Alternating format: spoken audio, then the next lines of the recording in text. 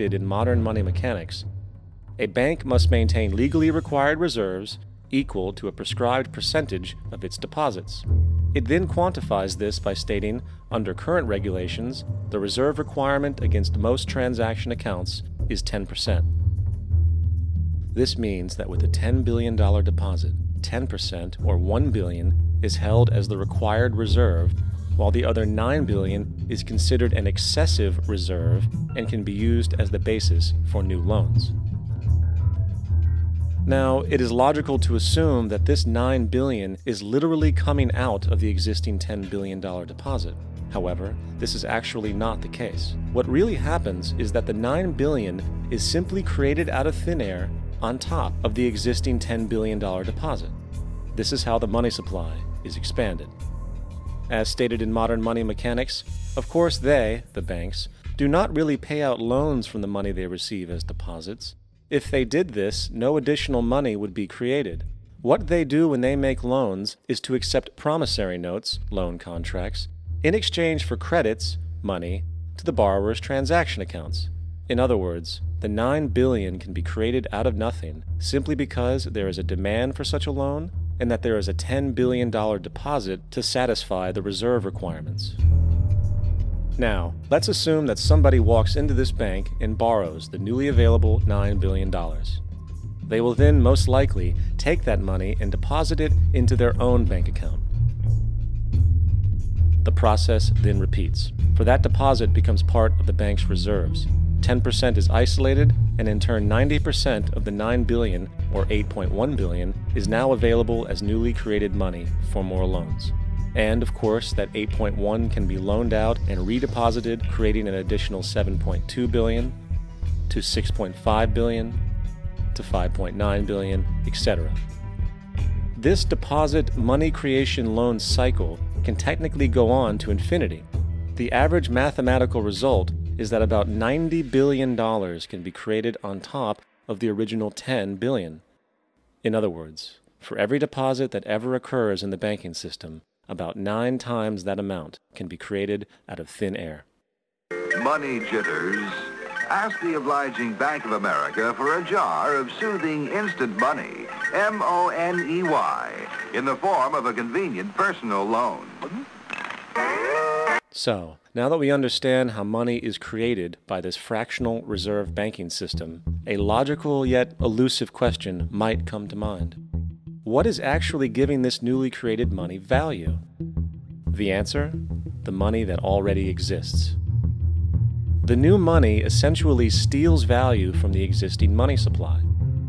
For the total pool of money is being increased irrespective to demand for goods and services.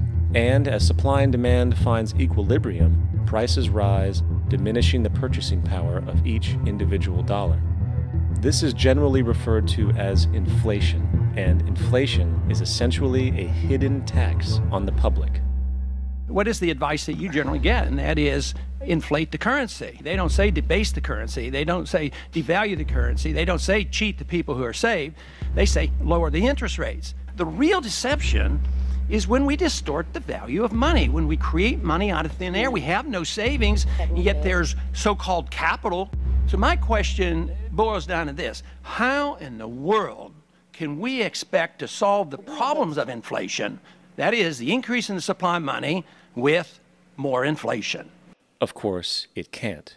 The fractional reserve system of monetary expansion is inherently inflationary. For the act of expanding the money supply, without there being a proportional expansion of goods and services in the economy, will always debase a currency.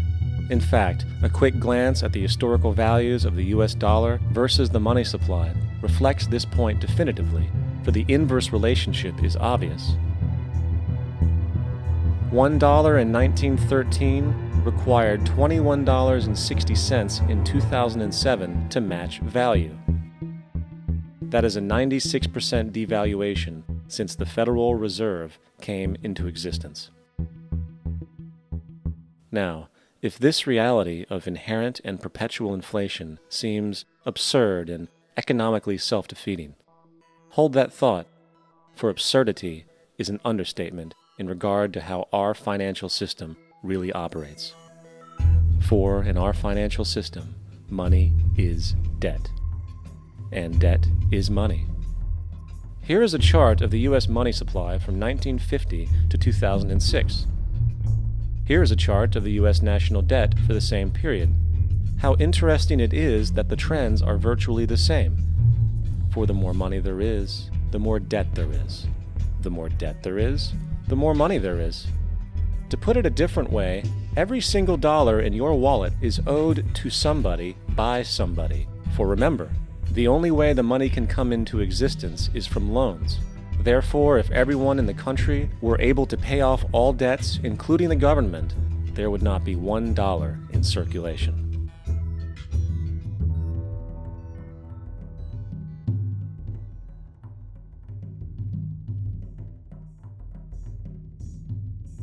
In fact, the last time in American history the national debt was completely paid off was in 1835 after President Andrew Jackson shut down the central bank that preceded the Federal Reserve.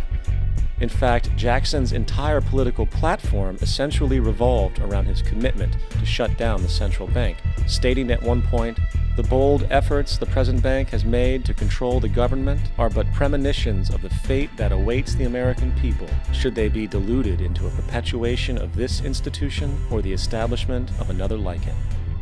Unfortunately, his message was short-lived, and the international bankers succeeded to install another central bank in 1913, the Federal Reserve. And as long as this institution exists, perpetual debt is guaranteed.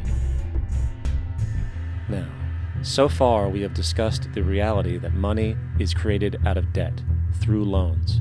These loans are based on a bank's reserves, and reserves are derived from deposits. And through this fractional reserve system, any one deposit can create 9 times its original value, in turn debasing the existing money supply, raising prices in society. And since all this money is created out of debt and circulated randomly through commerce, people become detached from their original debt, and a disequilibrium exists where people are forced to compete for labor in order to pull enough money out of the money supply to cover their costs of living. As dysfunctional and backwards as all of this might seem, there is still one thing we have omitted from this equation. And it is this element of the structure which reveals the truly fraudulent nature of the system itself: the application of interest. When the government borrows money from the Fed, or when a person borrows money from a bank, it almost always has to be paid back with accrued interest.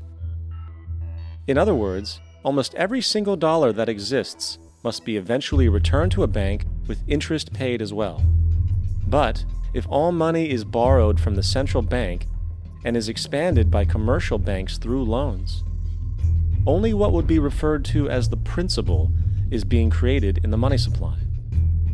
So then, where is the money to cover all of the interest that is charged? Nowhere. It doesn't exist. The ramifications of this are staggering, for the amount of money owed back to the banks will always exceed the amount of money that is available in circulation. This is why inflation is a constant in the economy, for new money is always needed to help cover the perpetual deficit built into the system, caused by the need to pay the interest. What this also means is that mathematically, defaults and bankruptcy are literally built into the system, and there will always be poor pockets of society that get the short end of the stick.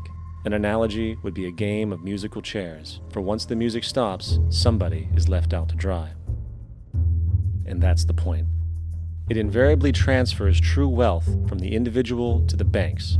For if you are unable to pay for your mortgage, they will take your property. This is particularly enraging when you realize that not only is such a default inevitable due to the fractional reserve practice, but also because of the fact that the money that the bank loaned to you didn't even legally exist in the first place. In 1969, there was a Minnesota court case involving a man named Jerome Daly, who was challenging the foreclosure of his home by the bank which provided the loan to purchase it.